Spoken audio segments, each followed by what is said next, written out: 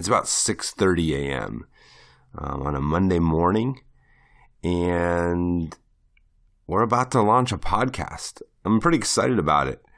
A couple weeks ago, I was talking to my VP of Marketing, Sarah Falcon, and she brought this idea up, and she said, listen, there's nothing out there for B2B e-commerce. There's a lot out there for retail and a lot out there for e-commerce, but there's nothing out there for distributors and manufacturers. We owe it to our audience to do it. And I happened to agree with her and said, let's go. Like most things we do, we just kind of do things and test things out and see what works.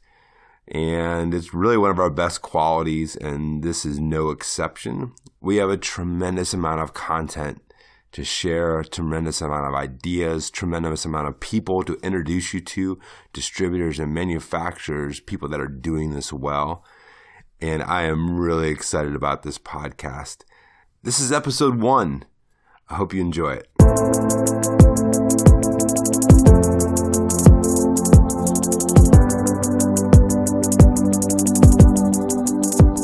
I want to start with an incredibly important topic. I want to kick this podcast off with the most important topic that I think we can talk about. It is the thing that frustrates your customers more than anything else. It's your search box. And so often, the search box is the last thing that we do as part of our e-commerce project. That makes no sense to me. I think we got to address content and search first in our projects, not last. Let me say it to you really, really clear. Your on-site search box sucks. Fix it. It will dramatically improve your customer experience. I mean, if you have a couple hundred SKUs or a couple thousand SKUs or maybe even tens or hundreds or even millions of SKUs, how do you expect the customer to find their product from your homepage? I mean, they're not going to use navigation, right? Let's just be honest. The customers do not click category, subcategory, 35 clicks till they find what they're looking for. No way. They expect to use search, and they expect good search results. B2B is no different. From Amazon to Grainger, the search box is the most used feature. And you know from your own experience how frustrating it is when you use a search box and you get bad results, right? Most people have had a bad search experience. At work or home. I mean, you've gotten that 0 results found page. It's so annoying. I mean, I found the product yesterday. I bought the product yesterday, and today I get a 0 result page. That makes no sense, right? A few minutes or even seconds of a bad search experience and people are gone. They leave. Let's talk a little bit about how search has evolved and how it started. So let's start talking about B2C because that's really where search started. I was actually part of the company that invented this whole thing of search and navigation. I was part of Endeca, who was then bought by Oracle. And when my contract ended up at Oracle, I quit my Oracle job and came here and started this thing. And in Endeca, what we invented was guided navigation search and navigation, meaning I'm looking for shoes, so I click on size 13. I'm 6'3", have a size 13 shoe. I want size 13 blue Nike shoes, and you're clicking through navigation, and it's narrowing a very large catalog from a lot of items to just a few items that now are relevant to me. That's what search and navigation was. I mean, if you look at, check out the Wayback Machine. I think it's at archive.org. You can look at Amazon's site from 2001. The search box is big enough for like 2 words. It's on the top left-hand side. I bet you won't even be able to find it in the beginning. The search box was only big enough in 2001 for like a maximum of 2 words. Why? I mean, because Amazon didn't trust their search box. You didn't trust the search box. Search has come a long way. I mean, today, if you look at Amazon's search box, it's across the screen. It's massive. It's huge. They want you to they want you to type into their search box. The search today is trusted. And when we use it, we get fantastic relevant results on Amazon, right? We find exactly what we're looking for. Did you know that Amazon also gets something else out of their search experience? Not just that they provide a better customer experience or understand conversion, they get lots of data. I mean, tons of data. They actually get to understand how people search and the terms that they use to find what they're searching for. That data is incredibly valuable. Amazon learns what converts, what doesn't convert, then they funnel all of that learning back into the search experience, back into the customer experience to make it better. Search is important. When a B2B user visits your website, you have no idea what problem they're trying to solve.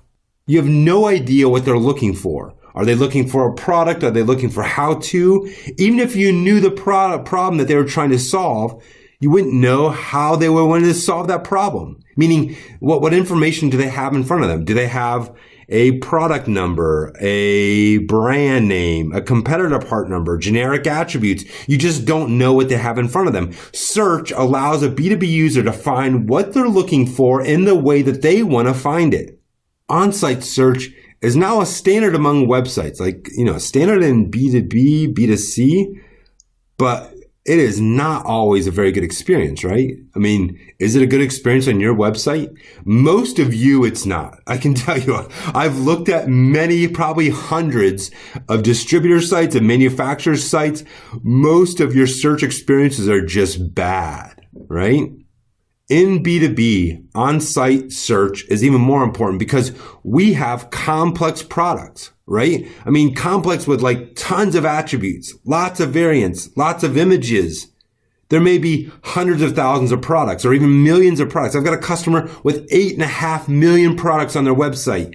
And most B2B users, they want their search to be able to find what they're looking for, but there's some other things that they're looking for as well. I mean, it should be in context. Search should be done in context, meaning it should be personalized to who the user is, like what industry they're a part of, what company they're a part of, what role, and it should be in context of their contract.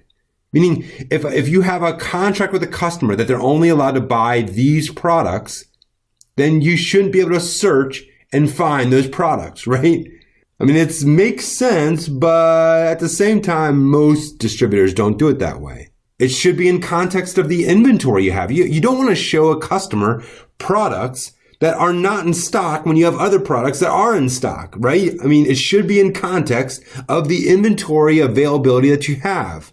You should include the manufacturer part number, competitor cross-reference, part number matching. Listen, customers don't know that part numbers have dashes in them, or they have a part number that has a dash and it's in your database without the dashes. You need to be able to strip out all the special characters and do matching, what's called part number matching in search. You have to have automated spell check. Your customers are probably bad spellers. Or they just fat finger this, or they just mistyped something. You have to have automated spell checker. Good spell checking. You should also have it in context of your past orders. You should be able to search and filter based not just on what the catalog shows, but actually what I purchased in the past. I should be able to narrow your catalog down by all the items I've ordered in the past. Create my own mini catalog of just the items I've ordered. I mean, wouldn't that be incredibly beneficial to your customers? Listen. Am I being clear? Search matters, right? Search is so important. We're going to talk a lot about search on this podcast, whether you like it or not. The best of the B2B distributors, the best of the B2B manufacturers have concentrated and built search into their projects and are addressing it in the front. I'll talk to you about a little bit about how we should address this. So first of all, good search is based on good product data. Look, you can make bad product data better with good search. You can, no doubt about it. But the best companies have both good search and good product data. Make product data, make product content a priority within your organization. It's progress over perfection. Make your product content better every week, every month, every quarter. Just like I'm about to talk to that on-site search is a program, product content is a program too. Meaning there's no start and stop date.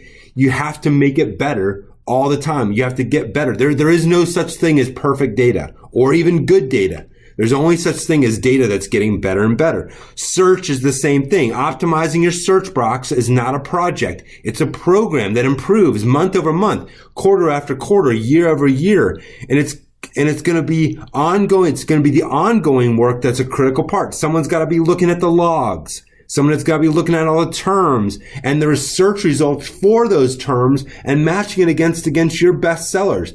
Is the products that it's returning for this search term actually relevant, right? Or is it the best selling products? A lot of times the distributors will have their best selling products, but they're only showing on page 2 or 3. It's kind of like Google, right? You have to optimize your content, your pages, your search results, the ordering of your search results to be relevant to what should sell to that customer. And that takes analytics, deep analytics, not your standard page view Google Analytics. You need deep analytics. I mean, this stuff isn't hard to put in place. It's not expensive to put in place, but you have to be able to put in advanced search analytics to be able to give you good information. I hope I'm being clear. On-site search matters. On-site search is so important to B2B. Listen, I believe that if you fix search on your website, you will fix most of your problems. I think that if you just concentrated all of your efforts on the search experience, you would solve most of your problems. I'm serious about that. I think search is that important. Well, we've interviewed over 4,000 end user customers of distributors and manufacturers, and they all tell us, listen, the biggest pain point is search never works out. We bought the product yesterday and today we can't find it on the website. It's so frustrating for end customers. Fix search and you will fix the majority of your issues within your site. Hey, so episode 1 done is in the books. I hope it was valuable for you. I hope you hear my passion for this stuff. Right? I hope you hear my passion for B2B e-commerce, for distribution, manufacturing. I do really love this business. Hey, any feedback you have, comments, or any topics you want to have covered, go to b2beecommercesecrets.com and just look at the feedback link on that. Thank you so much. Have a great week.